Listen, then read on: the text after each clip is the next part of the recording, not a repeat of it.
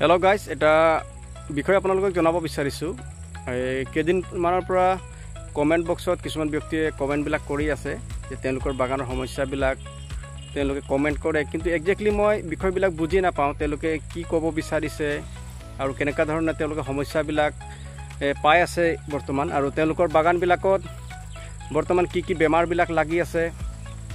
যদি আপোনাৰ বাগানত যদি কিবা বেমাৰ লাগিছে, হেল'পেল্টিছ হওক বা ৰেড স্পাইডাৰ, লাল চাহী পোক হওক বা লোপাৰ পোকেই হওক, যিয়েই নহওক আপোনাৰ বাগানত, যদি পাত যদি হোৱা নাই, প্ৰডাকশ্যন যদি কমি গৈছে, যিকোনো এটা বিষয় আপুনি বাগানৰ ওপৰত যদি সুধিব লগা থাকে বা জানিবলৈ যদি আপোনাৰ ইচ্ছা আছে আপোনাৰ বাগানৰ কাৰণে, তো আপুনি এইটো ভিডিঅ'ৰ যোগেদি মই আপোনালোকক ৰিকুৱেষ্ট কৰিছোঁ, অনুৰোধ কৰিব বিচাৰোঁ যে আপোনালোকৰ বিষয়বিলাক আপোনালোকে কমেণ্ট কৰিব, আৰু সেই কমেণ্টৰ ওপৰত নিৰ্ধাৰণ কৰি মই আপোনালোকৰ আগত সেই ভিডিঅ'বিলাক লৈ আহিম।